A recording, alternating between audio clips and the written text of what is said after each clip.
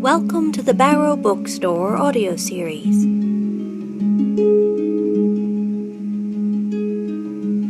Ethan Brand by Nathaniel Hawthorne. Published in American Notebooks, 1838. Bartram, the lime burner, a rough, heavy-looking man begrimed with charcoal, sat watching his kiln at nightfall, while his little son played at building houses with the scattered fragments of marble, when, on the hillside below them, they heard a roar of laughter, not mirthful, but slow, and even solemn, like a wind shaking the boughs of the forest. "Father, what is that?" asked the little boy, leaving his play and pressing betwixt his father's knees. "Oh, some drunken man, I suppose," answered the lime-burner, "some merry fellow from the bar-room in the village who dared not laugh loud enough within doors lest he should blow the roof off of the house. So here he is, shaking his jolly sides at the foot of Greylock." "But, father," said the child, more sensitive than the obtuse middle-aged clown, "he does not laugh like a man that is glad, so the noise frightens me." "Don't be a fool, child," cried his father gruffly. "You will never make a man, I do believe. There is too much of your mother in you. I have known the rustling of a leaf startle you. Hark! Here comes the merry fellow now. You shall see that there is no harm in him." Bartram and his little son, while they were talking thus, sat watching the same lime kiln that had been the scene of Ethan Brand's solitary and meditative life before he began his search for the unpardonable sin. Many years, as we have seen, had now elapsed since that portentous night when the idea was first developed.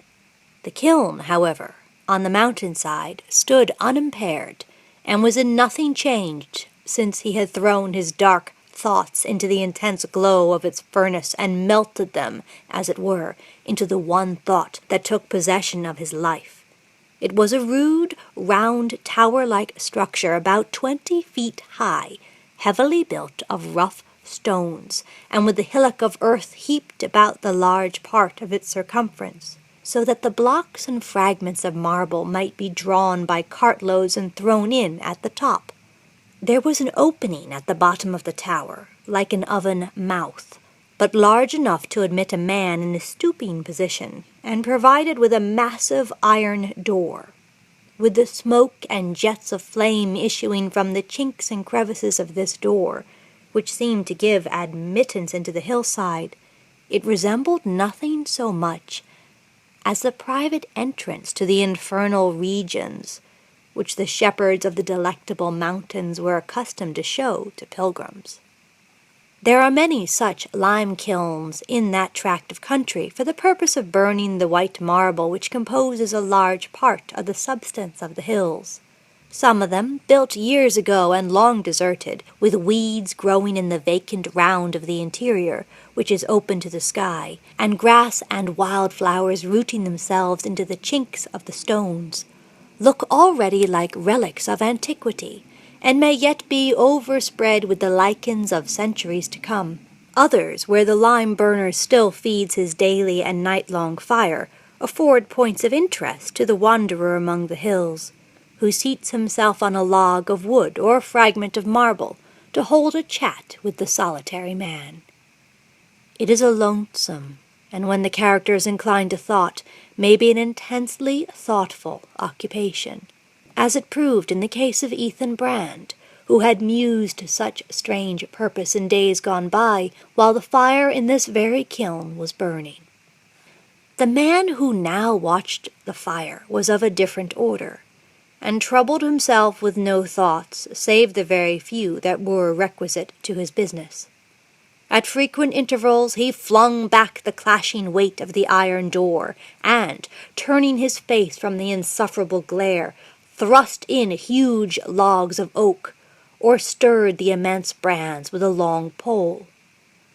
Within the furnace were seen the curling and riotous flames and the burning marble, almost molten with the intensity of heat, while without, the reflection of the fire quivered on the dark intricacy of the surrounding forest, and showed in the foreground a bright and ruddy little picture of the hut, the spring beside its door, the athletic and coal-begrimed figure of the lime-burner, the half-frightened child shrinking into the protection of his father's shadow. And when again the iron door was closed, then reappeared the tender light of the half-full moon, which vainly strove to trace out the indistinct shapes of the neighboring mountains. And in the upper sky there was a flitting congregation of clouds, still faintly tinged with the rosy sunset, though thus far down into the valley the sunshine had vanished long and long ago. The little boy now crept still closer to his father, as footsteps were heard ascending the hillside, and a human form thrust aside the bushes that clustered beneath the trees. "Halloo! Who is it?" cried the lime-burner, vexed at his son's timidity, yet half infected by it. "Come forward and show yourself like a man, or I'll fling this chunk of marble at your head." "You offer me a rough welcome," said a gloomy voice, as the unknown man drew nigh. "Yet I neither claim nor desire a kinder one, even at my own fireside." To obtain a distinct view, Bartram threw open the iron door of the kiln, whence immediately issued a gush of fierce light that smote full upon the stranger's face and figure. To a careless eye there appeared nothing very remarkable in his aspect, which was that of a man in a coarse, brown, country-made suit of clothes, tall and thin, with the staff and heavy shoes of a wayfarer. As he advanced, he fixed his eyes, which were very bright, intently upon the brightness of the furnace, as if he beheld or expected to behold some object worthy of note within it. "Good evening, stranger," said the lime-burner. "Whence came you so late in the day?" "I come from my search," answered the wayfarer, "for at last it is finished." "Drunk or crazy," muttered Bartram to himself. "I shall have trouble with the fellow. The sooner I drive him away, the better." The little boy, all in a tremble, whispered to his father and begged him to shut the door of the kiln so that there might not be so much light, for that there was something in the man's face which he was afraid to look at, yet could not look away from.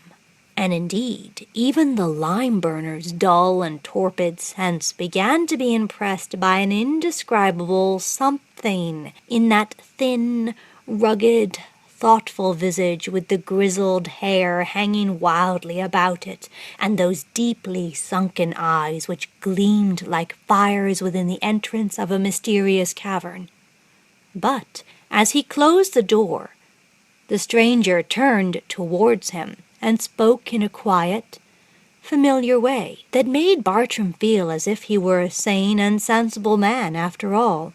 "Your task draws to an end, I see," said he. "This marble has already been burning 3 days. A few more hours will convert the stone to lime." "Why, who are you?" exclaimed the lime-burner. "You seem as well acquainted with my business as I am myself." "And well I may be," said the stranger, "for I followed the same craft many a long year, and here, too, on this very spot. But you are a newcomer in these parts. Did you never hear of Ethan Brand, the man that went in search of the unpardonable sin?" asked Bartram with a laugh. "The same," answered the stranger. "He has found what he sought, and therefore he comes back again." "What? Then you are Ethan Brand himself?" cried the lime-burner in amazement. "I am a newcomer here, as you say, and they call it 18 years since you left the foot of Greylock. But I can tell you the good folks still talk about Ethan Brand in the village yonder, and what a strange errand took him away from his lime kiln. Well, and so you have found the unpardonable sin?" "Even so," said the stranger calmly. "If the question is a fair one," proceeded Bartram, "where might it be?" Ethan Brand laid his finger on his own heart. "Here," replied he. And then, without mirth in his countenance, but as if moved by an involuntary recognition of the infinite absurdity of seeking throughout the world for what was the closest of all things to himself, and looking into every heart, save his own, for what was hidden in no other breast, he broke into a laugh of scorn. It was the same slow, heavy laugh that had almost appalled the lime-burner when it heralded the wayfarer's approach. The solitary mountainside was made dismal by it. Laughter, when out of place, mistimed or bursting forth from a disordered state of feeling, may be the most terrible modulation of the human voice. The laughter of one asleep, even if it be a little child, the madman's laugh, the wild, screaming laugh of a born idiot, are sounds that we sometimes tremble to hear and would always willingly forget. Poets have imagined no utterance of fiends or hobgoblins so fearfully appropriate as a laugh. And even the obtuse lime-burner felt his nerves shaken as this strange man looked inward at his own heart, and burst into laughter that rolled away into the night and was indistinctly reverberated among the hills. "Joe," said he to his little son, "scamper down to the tavern in the village, and tell the jolly fellows there that Ethan Brand has come back, and that he has found the unpardonable sin." The boy darted away on his errand, to which Ethan Brand made no objection, nor seemed hardly to notice it. He sat on a log of wood, looking steadfastly at the iron door of the kiln.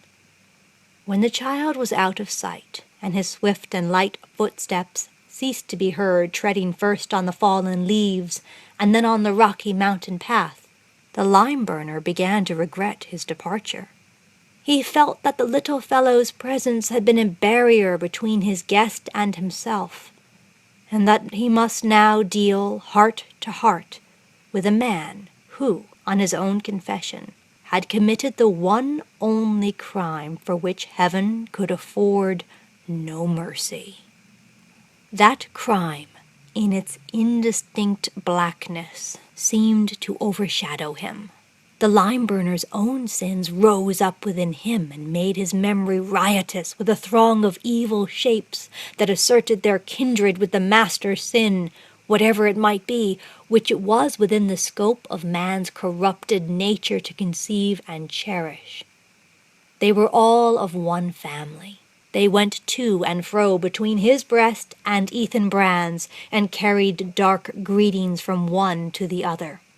Then Bartram remembered the stories which had grown traditionary in reference to this strange man, who had come upon him like a shadow of the night, and was making himself at home in his old place, after so long absence, that the dead people, dead and buried for years, would have had more right to be at home in any familiar spot than he. Ethan Brand, it was said, had conversed with Satan himself in the lurid blaze of this very kiln. The legend had been matter of mirth heretofore, but looked grisly now. According to this tale, before Ethan Brand departed on his search, he had been accustomed to evoke a fiend from the hot furnace of the lime kiln, night after night, in order to confer with him about the unpardonable sin. The man and the fiend, each laboring to frame the image of some mode of guilt which could neither be atoned for nor forgiven. And with the first gleam of light upon the mountain top, the fiend crept in at the iron door, there to abide the intensest element of fire until again summoned forth to share in the dreadful task of extending man's possible guilt beyond the scope of heaven's else infinite mercy.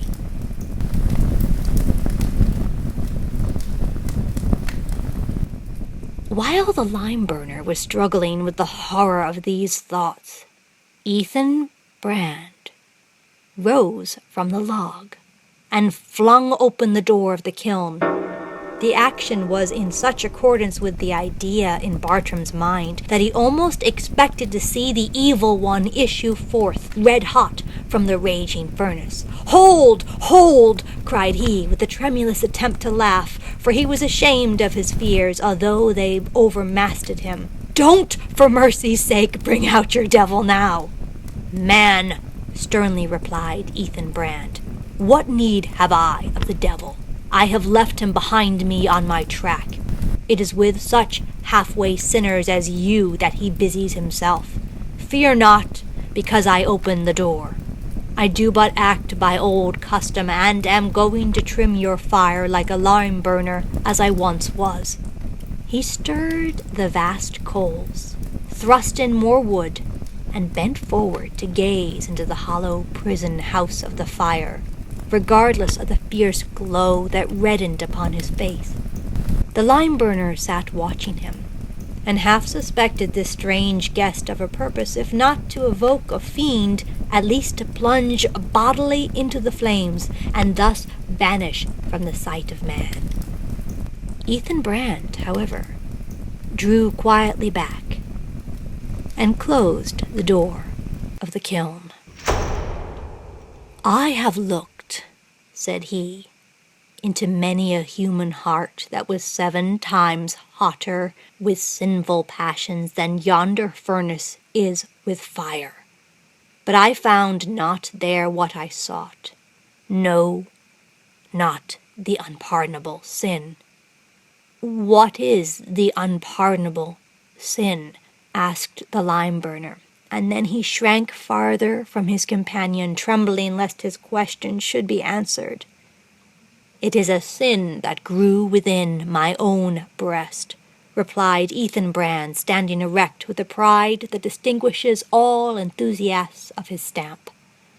"A sin that grew nowhere else, the sin of an intellect that triumphed over the sense of brotherhood with man and reverence for God, and sacrificed everything to its own mighty claims. The only sin that deserves a recompense of immortal agony. Freely, were it to do again, would I incur the guilt. Unshrinkingly I accept the retribution." "The man's head is turned," muttered the lime burner to himself. "He may be a sinner like the rest of us, nothing more likely, but I'll be sworn he is a madman too." Nevertheless, he felt uncomfortable at his situation, alone with Ethan Brand on the wild mountainside, and was right glad to hear the rough murmur of tongues and the footsteps of what seemed a pretty numerous party stumbling over the stones and rustling through the underbrush. Soon appeared the whole lazy regiment that was wont to infest the village tavern, comprehending 3 or 4 individuals who had drunk flip beside the bar-room fire through all the winters, and smoked their pipes beneath the stoop through all the summers since Ethan Brand's departure. Laughing boisterously and mingling all their voices together in unceremonious talk, they now burst into the moonshine and narrow streaks of firelight that illuminated the open space before the lime kiln. Bartram set the door ajar again, flooding the spot with light, that the whole company might get a fair view of Ethan Brand, and he of them. There, among other old acquaintances, was a once ubiquitous man, now almost extinct, but whom we were formerly sure to encounter at the hotel of every thriving village throughout the country. It was the stage agent.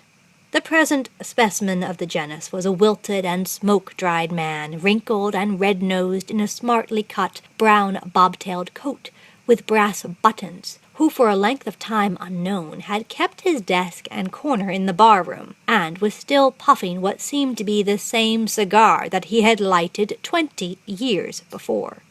He had a great fame as a dry joker, though perhaps less on account of any intrinsic humor than from a certain flavor of brandy toddy and tobacco smoke, which impregnated all his ideas and expressions, as well as his person. Another well-remembered, though strangely altered face was that of Lawyer Giles, as people still called him in the courtesy, an elderly ragamuffin in his soiled shirt-sleeves and toe-cloth trousers.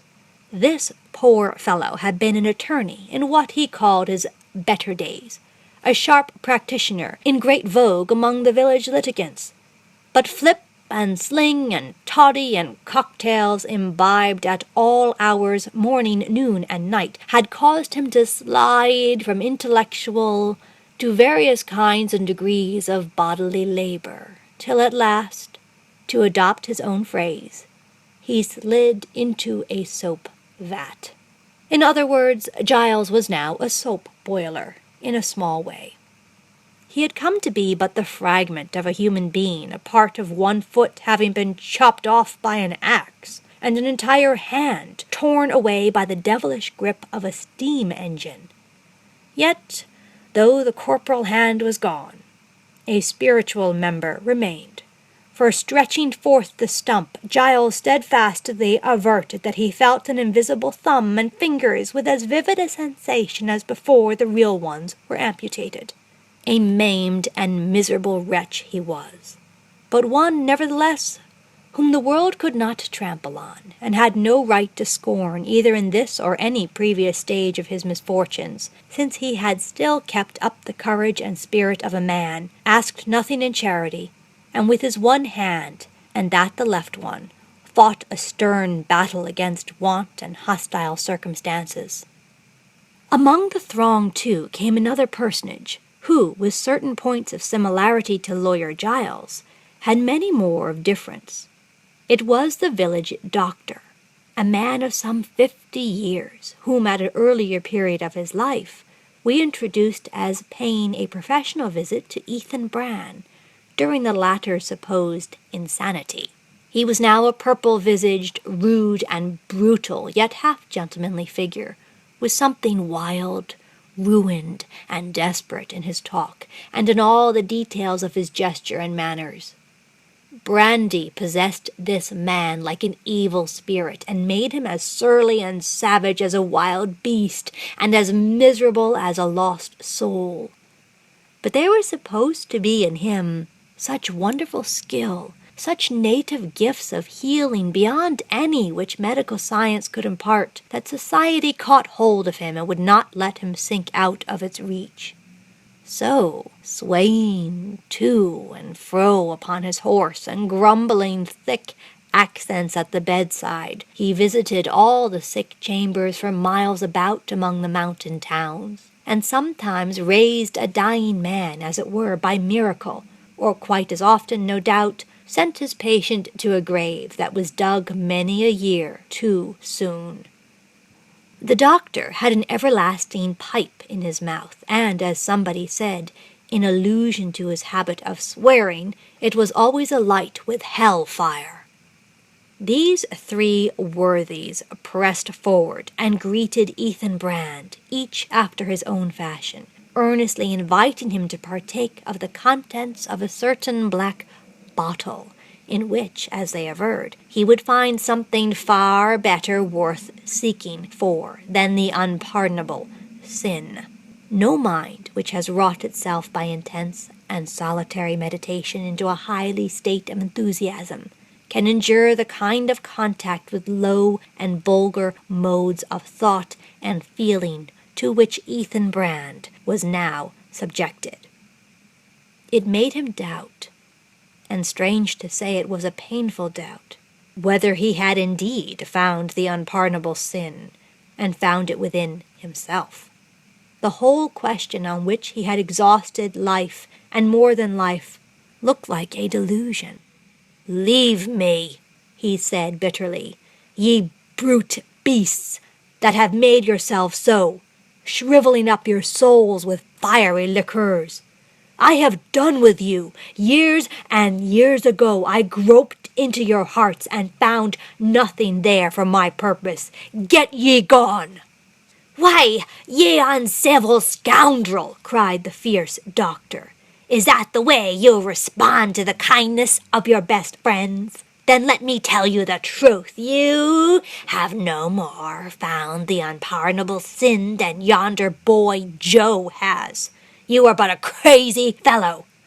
I told you so 20 years ago. Neither better nor worse than a crazy fellow, and the fit companion of old Humphrey here." He pointed to an old man, shabbily dressed, with long white hair, thin visage, and unsteady eyes. For some years past, this aged person had been wandering about among the hills, inquiring of all travelers whom he met for his daughter. The girl, it seemed, had gone off with a company of circus performers, and occasionally tidings of her came to the village, and fine stories were told of her glittering appearance as she rode on horseback in the ring or performed marvelous feats on the tightrope. The white-haired father now approached Ethan Brand and gazed unsteadily into his face. "They tell me you have been all over the earth," said he, wringing his hands with earnestness. "You must have seen my daughter, for she makes a grand figure in the world, and everybody goes to see her. Did she send any word to her old father, or say when she was coming back?" Ethan Brand's eyes quailed beneath the old man's. That daughter, from whom he so earnestly desired a word of greeting, was the Esther of our tale, the very girl whom, with such cold and remorseless purpose, Ethan Brand had made the subject of a psychological experiment, and wasted, absorbed, and perhaps annihilated her soul in the process. "Yes," murmured he, turning away from the hoary wanderer, "it is no delusion. There is an unpardonable sin." While these things were passing, a merry scene was going forward in the area of cheerful light, beside the spring and before the door of the hut. A number of the youth of the village, young men and girls, had hurried up the hillside, impelled by curiosity to see Ethan Brand, the hero of so many a legend familiar to their childhood.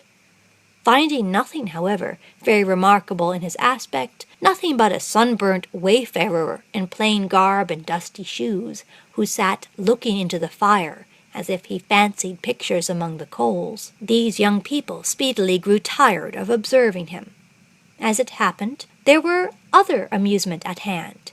An old German Jew, traveling with a diorama on his back, was passing down the mountain road toward the village, just as the party turned aside from it, and, in hopes of eking out the profits of the day, the showman had kept them company to the lime kiln. "Come, old Dutchman," cried one of the young men, "let us see your pictures if you can swear they are worth looking at." "Oh, yes, Captain," answered the Jew, whether as a matter of courtesy or craft. He styled everybody Captain.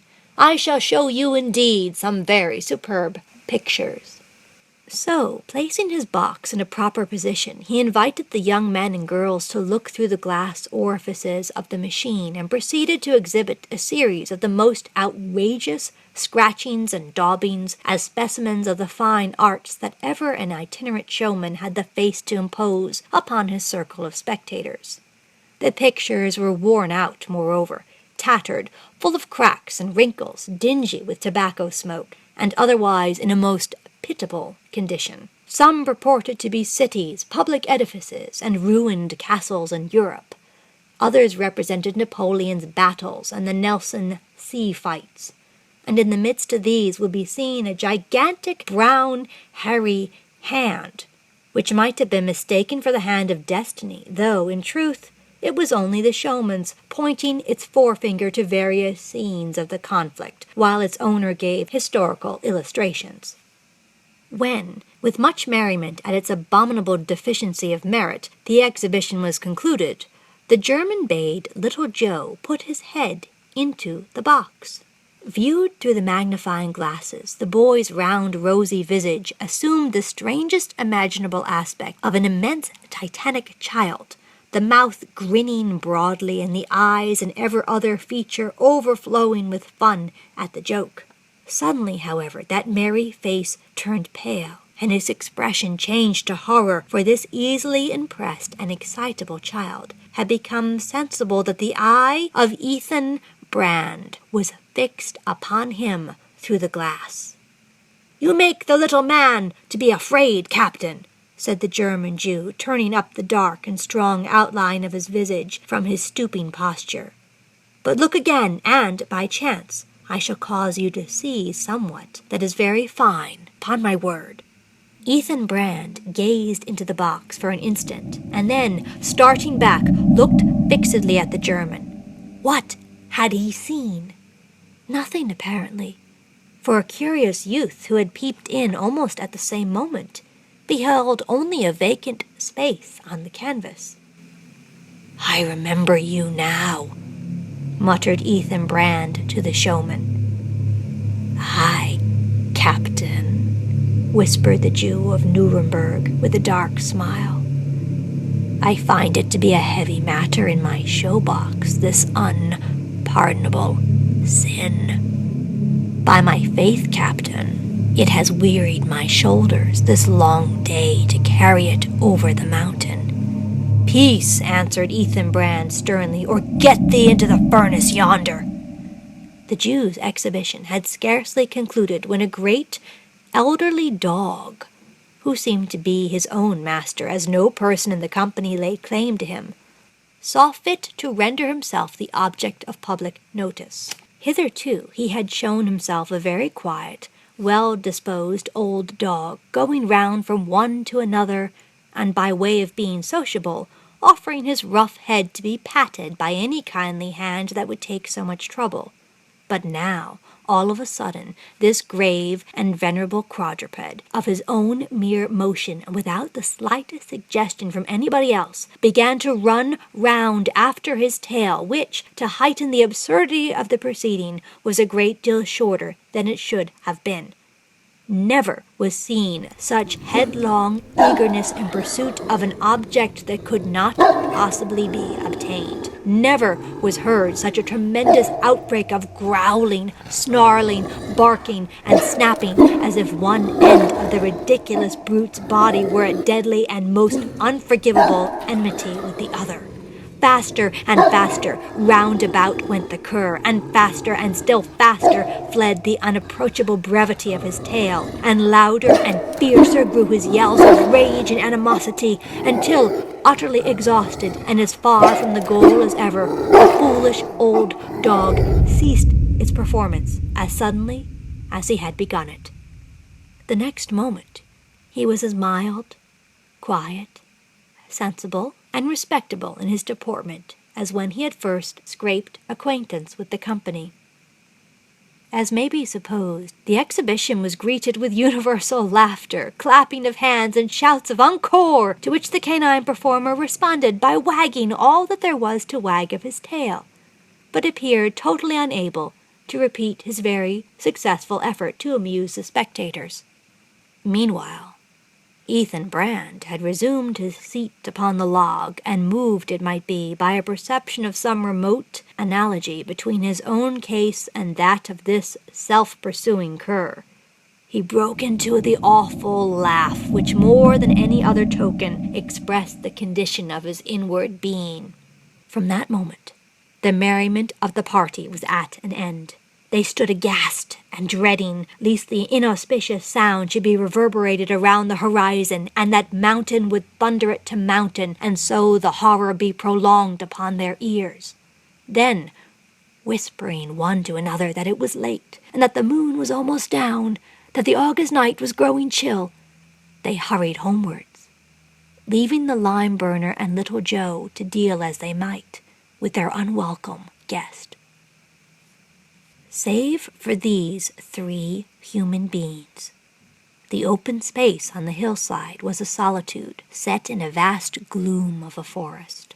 Beyond that darksome verge, the firelight glimmered on the stately trunks and almost black foliage of pines, intermixed with the lighter verdure of sapling oaks, maples, and poplars, while here and there lay the gigantic corpses of dead trees decaying on the leaf-strewn soil.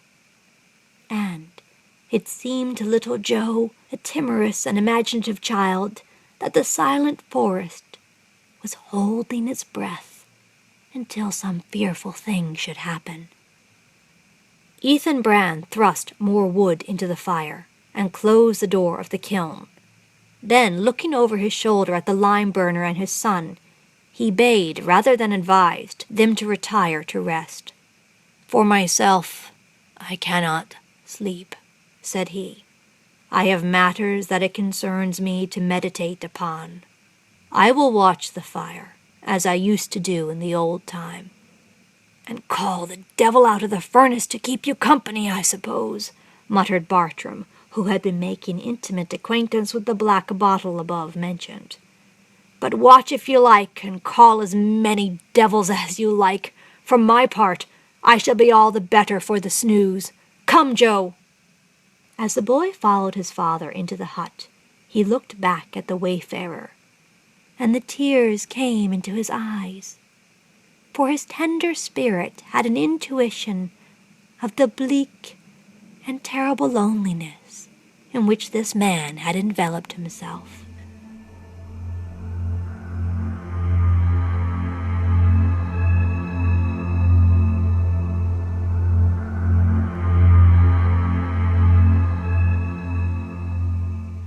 When they had gone, Ethan Brand sat listening to the crackling of the kindled wood, and looking at the little spirits of fire that issued through the chinks of the door.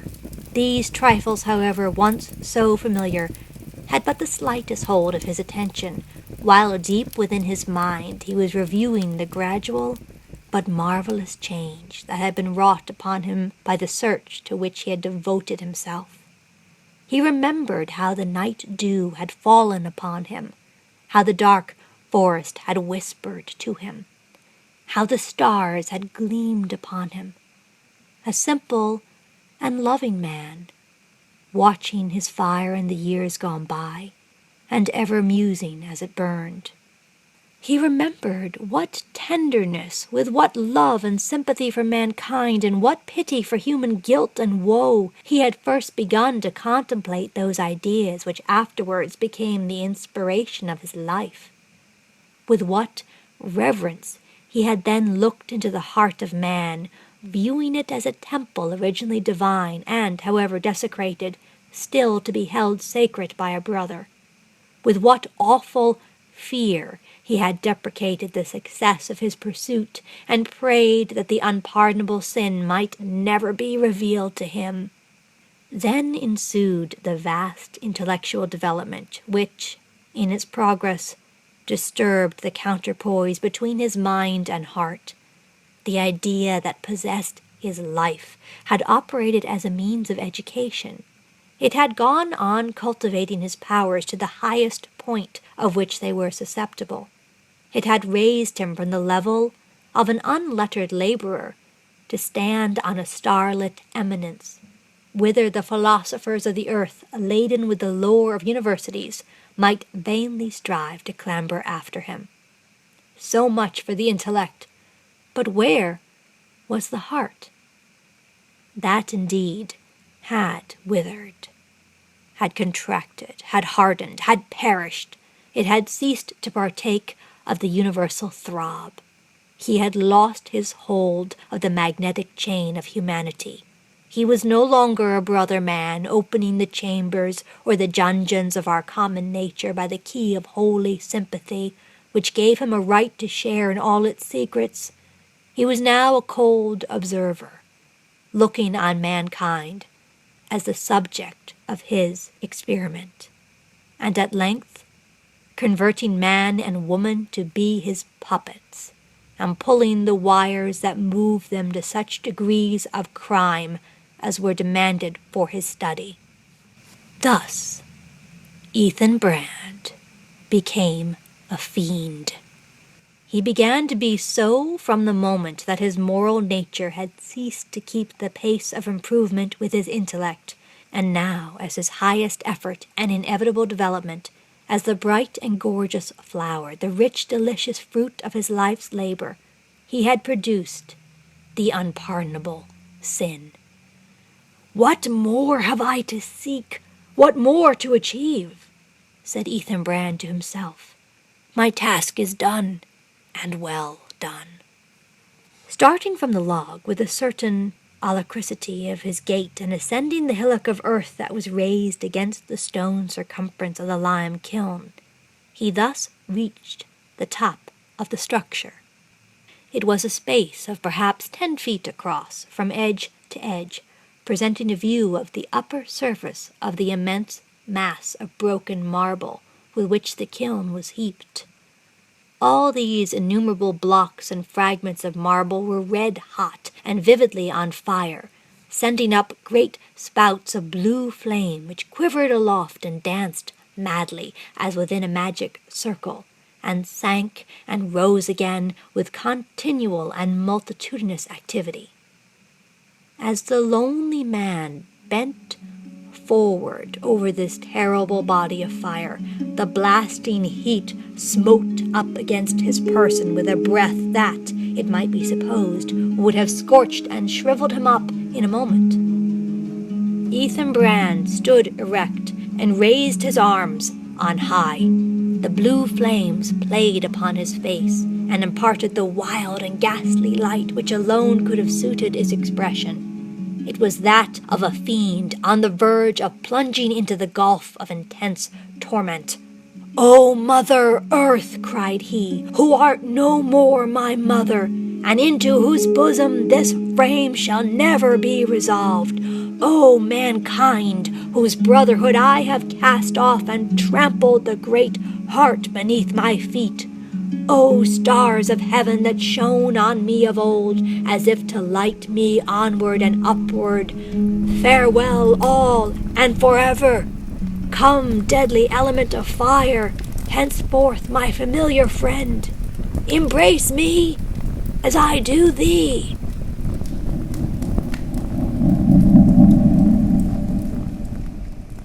That night, the sound of a fearful peal of laughter rolled heavily through the sleep of the lime-burner and his little son.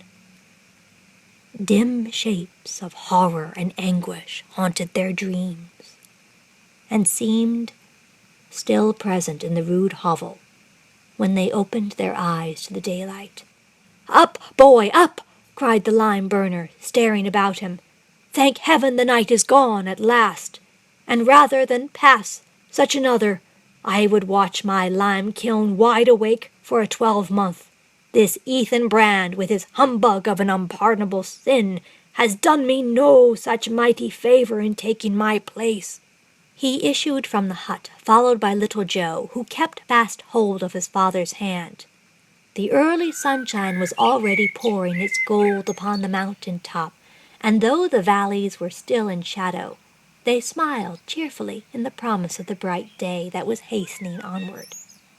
The village, completely shut in by the hills, which swelled away gently about it, looked as if it had rested peacefully in the hollow of the great hand of Providence. Every dwelling was distinctly visible.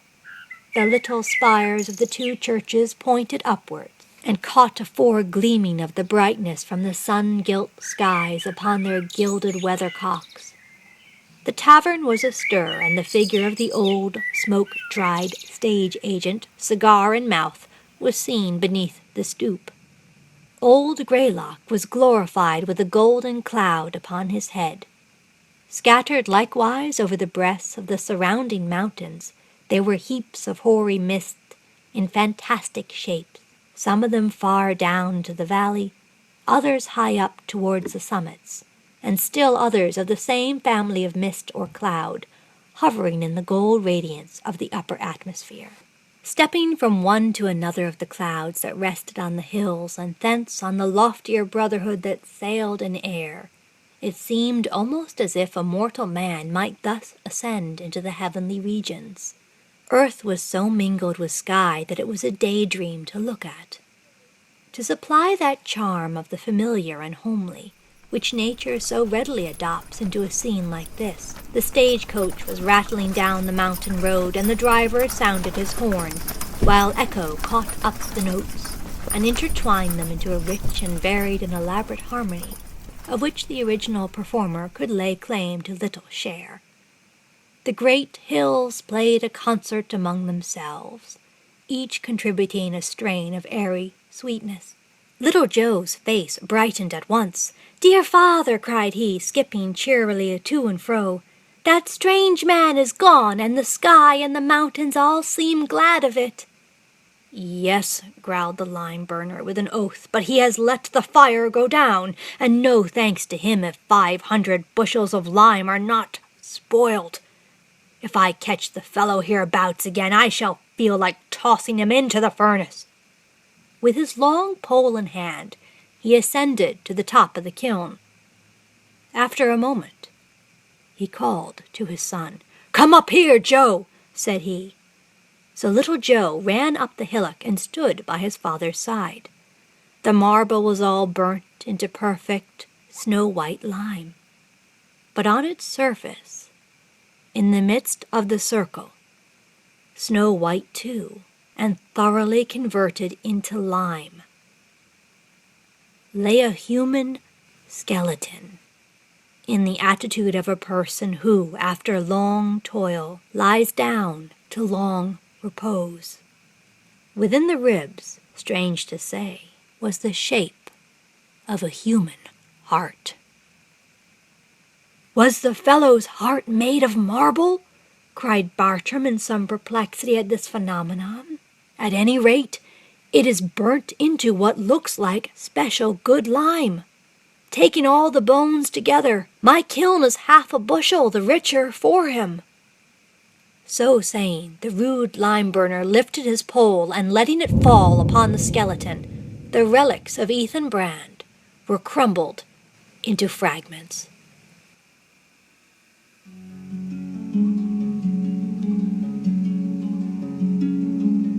This has been a reading of Ethan Brand by Nathaniel Hawthorne, presented by the Barrow Bookstore, located in historic Concord, Massachusetts, home of the authors. Reading by Jamie Lee. Thank you for listening. Join us next week as the Barrow Bookstore Audio Series continues, with readings of short stories and works by Concord authors and beyond.